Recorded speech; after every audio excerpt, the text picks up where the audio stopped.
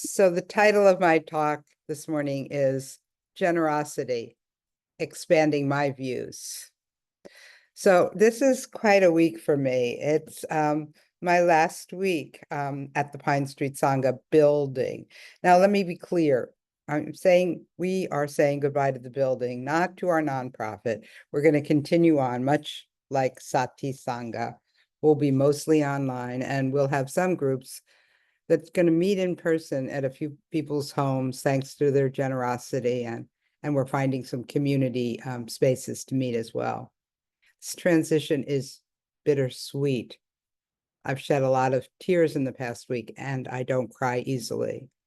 The building is such a wonderful place, and we've filled it with so much gentle, healing energy. It's really palpable. Most people who walk into the building feel it, like they remark on it. And so leaving this building really is a loss to myself and our Sangha and many, many others. But at the same time, I'm really happy for its rebirth. It's going to be taken over by Radiance Integrative Health and Wellness. And there's going to be a lot more healing going on in those four wheels in the years and hopefully decades to come. And I'm giving it to three fine women, a psychologist, a naturopath who's also an osteopath, and a social worker. And they're very committed to community healing and healing in having a very diverse community in many ways. But one way is they really believe that they're going to serve people that don't have much financial resources, that couldn't pay for services otherwise. But they don't believe in segregating them, so it's going to be integrated that way and many other ways. And one of their directions is to work with elders, which of course is dear to my heart, and especially with people who lived through the scourge of HIV/AIDS and now are dealing with, you know how it is when you get older, the earlier physical traumas come back. So the traumas of HIV/AIDS are a big challenge for elders. Of course, they lived, which is wonderful. And instead of meditating in the main room where we've meditated for now 12, 13 years, they're going to be taking therapeutic ketamine journeys. So it's going to be a different kind of altered state of consciousness. And I've had really poignant interactions with these three women who'll be taking over the Sangha. And every time it seems they remark on what a wonderful gift it is, and thank me for my generosity and remark on the healing energy. Now, just an aside, I personally own the building, it's not owned by Pine Street Sangha. So when I tell people I am giving the Sangha away to Radiance Health and Wellness, or mostly giving it away, I'm asking them to pay off the mortgage and reimburse me from my personal funds from the down payment. People just exclaim, all kinds of people, "You're so generous." And although I know that's true, there's something that never feels quite right, or maybe I should say something that wasn't fully understood. So I sat down to journal about it a couple of days ago. And what was it? What was missing? What didn't I understand? What wasn't quite right? And I couldn't get to it through journaling, but yesterday I co-taught a day-long CE workshop. And during my meditation, I broke through to some of my erroneous views about generosity. I'll call them erroneous. So the first thing that came to my mind was the word sacrifice, with a capital S, sacrifice. For something to be generous, it needs to be a sacrifice. But this doesn't feel like a sacrifice. I have enough money for old age. I'm taking back the savings I invested. And really, I'm just giving away the appreciation on the building, which actually comes from all the contributions people have made over the years. So it's not exactly my generosity, and it certainly isn't a sacrifice. And also it doesn't feel like a sacrifice, again, with a capital S, because this whole thing feels so good. It feels so good. So I'm getting all these good feelings rather than what I imagine sacrifice should feel like. So my childhood trauma was family bankruptcy. And my mother and I both coped with this trauma by wanting little and spending little.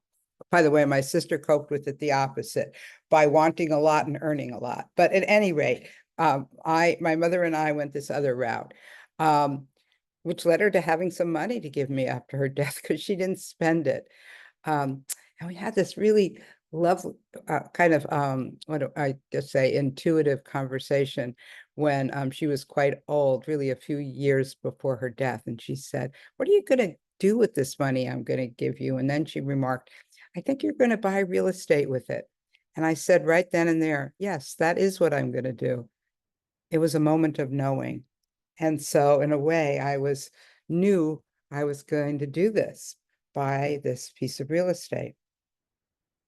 So in a strange way, maybe in an auspicious way, that bankruptcy trauma led me to learn that money does not buy happiness, at least not for me. Oh yeah, having enough matters, but having more than enough just doesn't make me happier.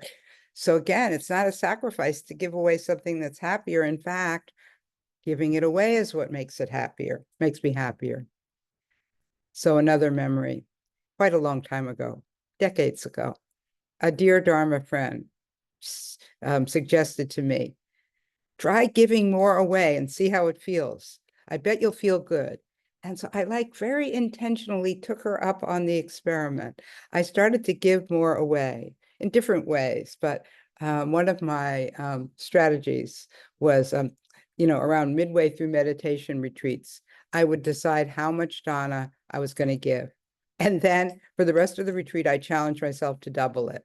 And I pulled it off. And I didn't have a lot of money then, but it felt very good. So I was going for the good feelings. And I really developed a taste for this form of happiness. So it's not a sacrifice when it makes me so happy.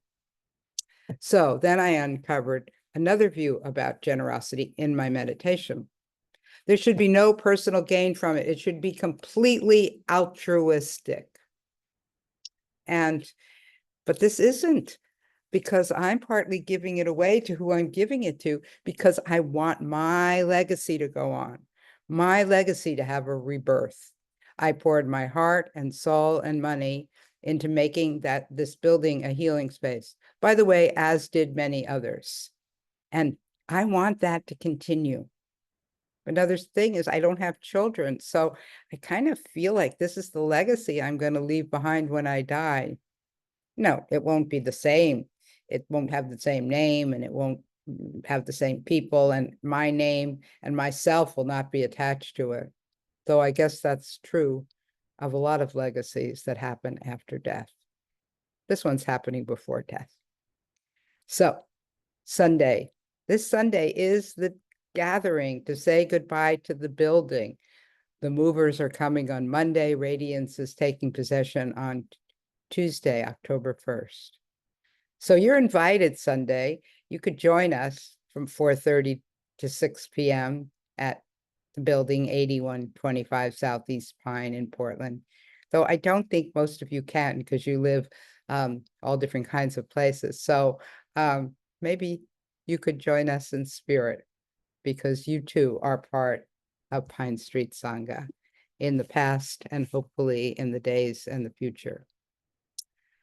So now I see your faces. So it's good to see you all. I see some of you might join us because you're Portlanders.